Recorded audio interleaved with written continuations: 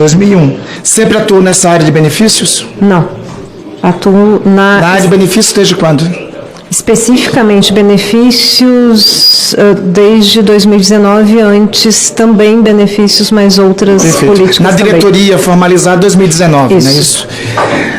Quanto a essa vasta experiência sua nessa área, eu quero aqui reiterar meus respeitos à senhora, como técnica da CGU e à Controladoria Geral da União, como órgão, como já foi dito aqui anteriormente, inclusive por colega da oposição, como órgão do Estado brasileiro. Mas com essa sua experiência, e no caso dessa fraude especificamente, é possível afirmar que o número de ACTs evoluiu de modo normal ao longo do tempo, ou houve um crescimento anormal? E esse crescimento anormal, a partir de quando ocorreu? Se identifica um crescimento a partir, penso eu, que a partir, eu não preciso ver o gráfico, 2019, 2020, mas se começa a identificar um crescimento de ACTs... A partir de 2019 e 2020. Começa ali e acirra em 2023. Perfeito. Mas o crescimento de o crescimento anormal de ACTs, a senhora pode afirmar que é a partir de os valores de 2023, mas a assinatura dos ACTs? Pois é, eu não sei se eu consigo afirmar que é anormal. A gente tem um crescimento maior ou numa ascendência diferente do que era anteriormente. Deixa eu lhe perguntar, a auditoria que a senhora conduziu concluiu que os ACTs, que esses ACTs firmados, que cresceram exponencialmente a partir de 2019, como a senhora acabou de afirmar, foram determinantes ao desenvolvimento do esquema de fraudes de entidades que não eram real. Eu acho que é importante, faço aqui as palavras da senadora Tereza, que ela diz, ela destaca, a CONTAG é uma entidade tradicional, uma entidade de representação dos trabalhadores rurais, existe desde 1993, e tem entidades de fachada que são essas que a senhora destaca aqui, que foram firmadas, sobretudo, a partir de 2019 e 2020. E a senhora mesma aponta no relatório que esses ACTs foram determinantes para o desenvolvimento do esquema de fraudes dessas entidades de fachada. A senhora poderia dizer quais foram as entidades responsáveis por esse aumento exponencial de descontos associativos? Eu teria que ver no relatório. Eu não consigo nominar sem ver no relatório, mas todas elas tiveram aumento, né, no período, todas as entidades, e tivemos aumento. E elas firmaram o convênio com o INSS quando? Eu preciso pegar aqui, senador. Só para lhe ajudar, é correto dizer que a AMBEC foi 2021, Conafer 2022 e Amar Brasil 2022? Essas datas eu tenho. AMBEC, a assinatura do ACT foi no dia 31 de agosto de 2021. Desculpa, quais foram as outras? Conafer e Amar?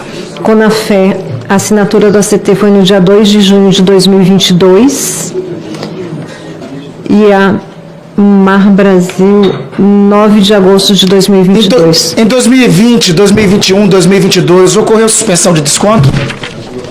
Ou a suspensão de desconto só ocorreu agora? A suspensão da totalidade dos descontos agora. Somente ocorreu agora. Não aconteceu em 2019, 2020, 2021? Teve a suspensão de 4 ACTs após... Que depois voltaram com o mesmo CNPJ e com outras entidades, não é isso? Após a recomendação do Ministério Público, dos 4, 2 retornaram. Eu não recordo dos outros 2 terem retornado. Perfeito. Deixa eu lhe perguntar sobre o seguinte. Segundo publicação do Diário Oficial da União, e a senhora também disse isso, já confirmou aqui, a senhora é diretora de Auditoria de Previdência e Benefícios desde 24 de janeiro de 2019. Isso.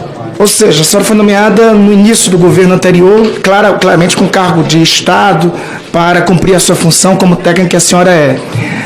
Já foi dito aqui, inclusive, por um colega senador parlamentar de oposição, que o governo de transição entre 2018 e 2019 recebeu em seu gabinete peritos do INSS indicando que havia indícios de rombo de mais de 70 milhões com relação a aposentados.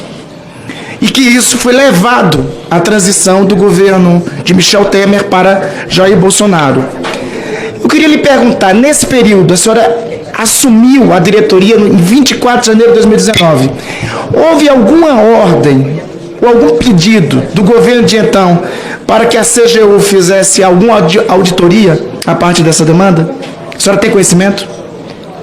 Não, mas eu queria só voltar um pouquinho atrás. Pois não. Essa diretoria da qual eu estou à frente hoje, neste cargo, 2019, mas ela foi uma transformação.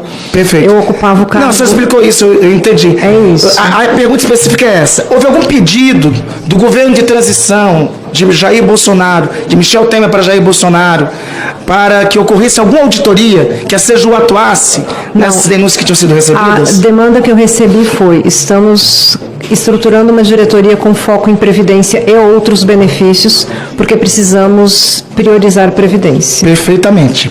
A entidade Conafer, ela vai apresentar 718 filiados em 2019 e em 2020 ela começa a crescer exponencialmente. São 40 mil filiados em janeiro, ou seja, em menos de um ano. Isso está inclusive no relatório, né? Já no mês seguinte, fevereiro, ela dobra para mais 80 mil filiados. Em março de 2020, ela apresenta 123 mil filiados. Depois, a cada mês, ela cresce, saltando em setembro de 2020 para 276 mil filiados. E no final de 2022, chega ao impressionante número de 443 mil filiados.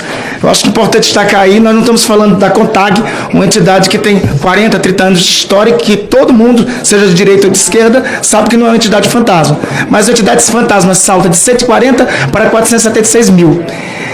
Esses picos anômalos dessa entidade, durante esse ano, foi identificado pela CGU e houve alguma recomendação para a diretoria de benefícios do INSS de suspensão do ACT da Conafer?